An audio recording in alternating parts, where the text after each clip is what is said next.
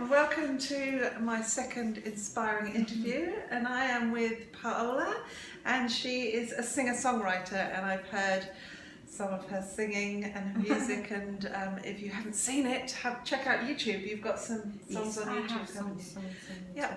So I'm going to ask Paola the same questions that I'm going to be asking everybody on these videos, and that is, what has been your biggest challenge in life, Paola? I had two. Okay. And the first one was being victim of physical, verbal and psychological abuse. Okay. Since I remember until I was around 20, 21. Wow.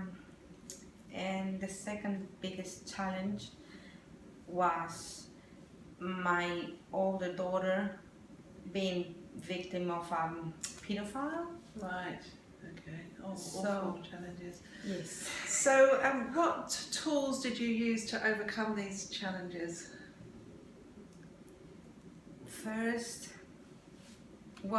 My first reaction to that was what most of 50% of human population does. Yeah. You know, I turned myself into alcohol and trying to avoid all the suffering that I was feeling inside. So and numbing the pain. Numbing the pain Yeah. with the wrong substance, of Yes. course. But after a while, you realize that this is not working. You know, it's not working. It's not healing. And then so I start trying new things like sports, music. Yeah. Great healing. Yes, music I think is the best medicines. You know, with proper eating habits, which is sometimes hard because I love chocolate. But yeah, that's what I tried. I tried music and meditation. Yes. And lots of hypnotherapies. Hypnotherapy. Yes. And just in eating the right foods, and then I started learning about being kind to yourself, and when you need it the most. I mean, we should be kind to ourselves just like we are with our best friend. Yes. You know, because we're really hard on ourselves, but not hard on the people that we love. Yes. So I started practicing self-kindness and being okay with the fact of feeling so much pain and anger and guilt and all those very negative, low vibration emotions. Yeah. And it's been a journey. Yes. Really long one. And to be honest, at least in my case, I don't think you go over that, you know, that pain. I think you learn how to live with that pain. Yeah. You learn how to, okay, I'm feeling sad. Yes, it's normal. It's okay, I just need time on my own. And you just learn how to live with the pain. Yeah, so you've picked up different tools over the years on many different that things. is different to alcohol, obviously, so you're learning that is not the answer. Yeah, no. But I was on my own. Yes. And many people turn to that because it's an instant fix, isn't it? Because we're being told. Yes. And that is the right thing to do. I mean, you have alcohol ads on TV all the time and internet, so alcohol is okay. Yeah. You know. And I didn't know better, so. No. Okay, so if you could give one piece of advice to our listeners on if they're going through something similar or they've been through something similar that you have in the past, what would that advice be to help them to move on from the emotional pain? Never, ever, ever bottle up what you feel. Yeah. Don't just keep it for yourself, just talk about it. Yeah. Because I also feel that when you share any type of pain, the pain gets a little bit less. Maybe not that much, but every single little bit helps. Yes. You know, to get all that off your shoulders. So I talked about it. and I still do. I don't. This is for me. It's not a subject that I need to keep quiet, or I feel ashamed of sharing it, because I didn't do anything wrong. You didn't. That's right. I actually did the right thing, and I asked for help, and I always have. Yeah. When I feel I'm going through periods when I feel angry at little things, I'm not mindful of, well, this tiny situation shouldn't make me feel like this. No. So there is clearly something going on in here that I need to change. Yes. And so I ask for help every time I need help. And so it's self-love, isn't it? Self-love, Yeah. yes, self-kindness, and if I want chocolate, I just eat chocolate. Occasionally, it's okay. So, who were the sort of people you were talking to? I mean, you know, it's obviously one of the main things that I'm saying on these videos is that, you know, connections are so important. Yes. You know, it's so important to meet up with friends, to find the time to actually get together with people that care about you, so that you can be the you want to be and not have to pretend you're someone else. So who were the people that you talked to help you deal with these things? Well, mostly with my closest friends, the people that made me feel loved and made me feel cared about. But I'm a type of person that if someone asks my opinion, I'm just honest. Great.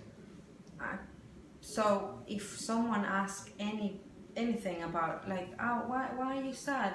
I just, you know, I'm an open book, so I just say what's wrong, and that's funny thing, because every time I got psychological help, it was because, you know, this person, oh, I know such and such counsel, and the counselor, this is where you need to go to get help, and blah blah blah. So yeah, that's what I did. I always talk about it openly, not with my daughter, of course. No.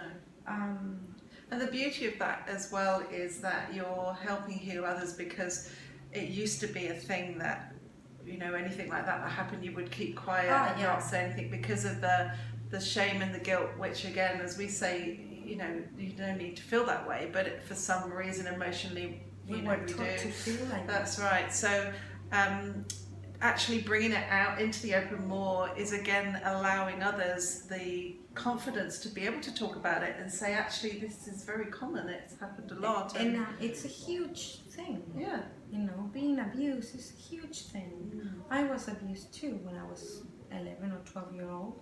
Yeah. And that changed my whole world by then.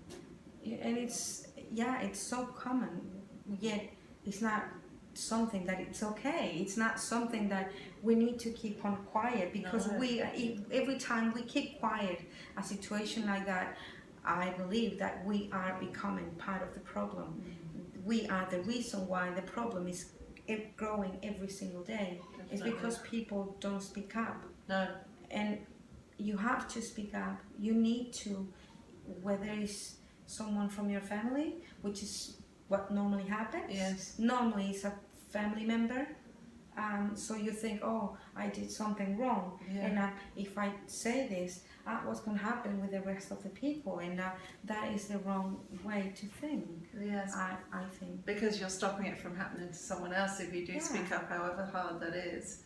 Again, and also the abuser can get treatment, you know, because that's what's needed. They need treatment so that it doesn't continue with other people. So you're sort of healing a range of people in the family if you do speak up. Yeah. And I'm dealing with clients all the time, as I say, where the childhood past and the emotional or physical or both abuse does affect them now. It affects you for years, and really, you know, you do have to talk about it. You do have to let it go. And yes, it will always be there. We can't roll back the past and change it, but you know, having those connections and understanding that what you're feeling is normal. Again, would you agree that, you know, someone being able to empathise and say to you, it's okay to feel angry and depressed at times. Yeah. It just helps, because you're not, again, feeling guilty about that. something you're not else to feeling feel guilty for feeling bad Yeah. because of something bad happened Yes. to you. And every time someone relates to us, even if it's a very silly thing, we feel like, oh, so maybe it's okay that I'm feeling this way. Yes. You know, so it helps. I know it helps. That's great. Yeah. So is there anything you'd like to finish off with for, again, anybody else that's struggling that you think would be really useful? Always seek for help. Always speak up. I know it's hard at the beginning because you are in an emotional shock. Yeah. You are in denial because you can't believe that it actually happened. But okay, it's okay. Maybe you don't need to talk straight away, but maybe you need to take your time. But do it, please. Speak up. We need to speak up. We need to bring our awareness up, really up high, because our level of awareness of this is so little. Yeah.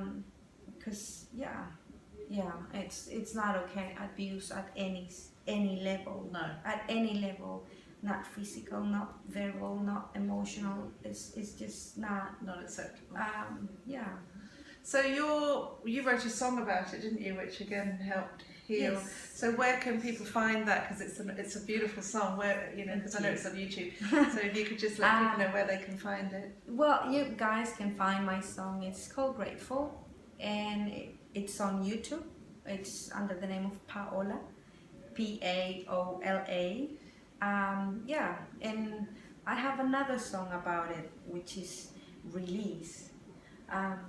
But it's not. I don't think it's on YouTube yet. Well, when it is, maybe we'll post it on our site, and then you can have a listen. I'm sure it'll be amazing. Thank you so much. Thank you so much, Paola, and I hope you've all taken something from it. I'm sure you have. I hope I can just help someone. That's all. Thank you.